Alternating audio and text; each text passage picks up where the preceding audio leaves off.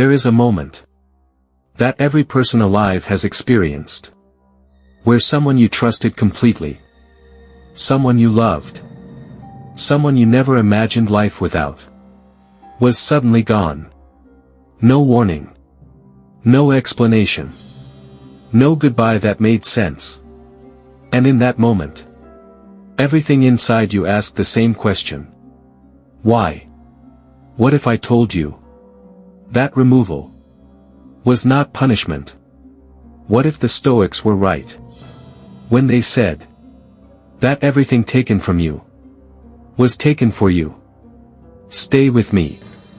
Most people spend years trying to hold on to people who were never meant to stay. Friends who drain you, partners who diminish you, family members who suffocate your growth, colleagues who celebrate your failures more than your successes. And when those people leave, or are taken, the first feeling is always loss. But the Stoics understood something about loss that most people never discover. That not everything that feels like an ending is actually an ending. Marcus Aurelius wrote in his private journal, *, loss is nothing else but change. And change is nature's delight. He wasn't being cold. He wasn't being indifferent. He was being honest about something that took him years of suffering to understand.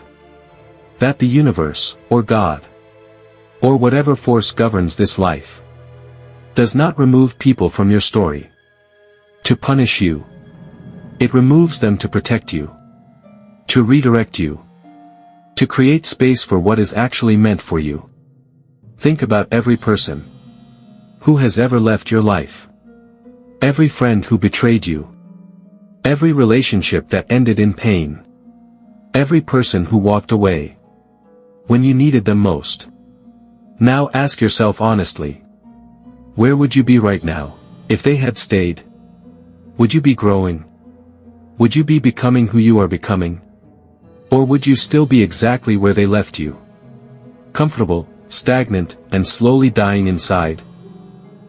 The people God removes from your life are often the very people standing between you and your purpose.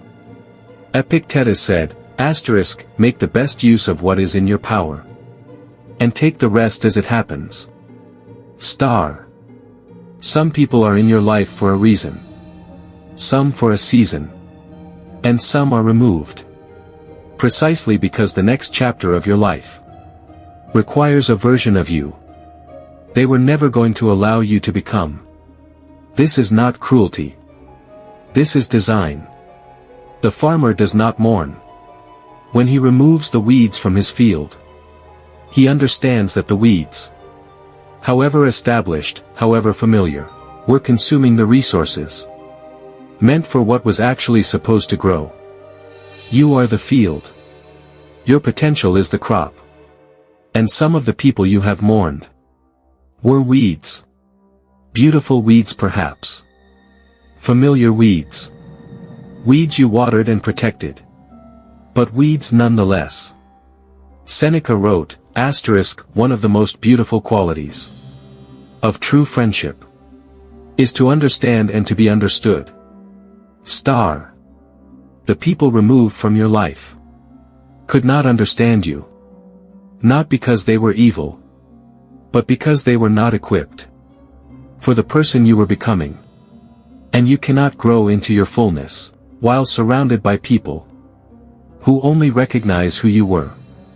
There will be moments in your life where you feel completely alone, where the circle gets smaller, where the silence gets louder, where you look around and realize that most of the people you started with are no longer walking beside you.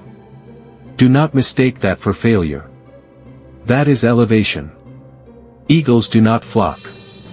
You will never look up and see 1,000 eagles flying together. Because the higher you fly, the fewer people can breathe at that altitude. The removal of people from your life is sometimes God's way of saying, you are ascending to a level that requires a different kind of companion. And those companions are coming. But they cannot find you. While you are still clinging to what has already been removed. Let it go. Not because it didn't matter. Not because the pain wasn't real. But because the space that loss created is exactly the size and shape of what is coming next. Marcus Aurelius lost his children. He lost his closest advisors.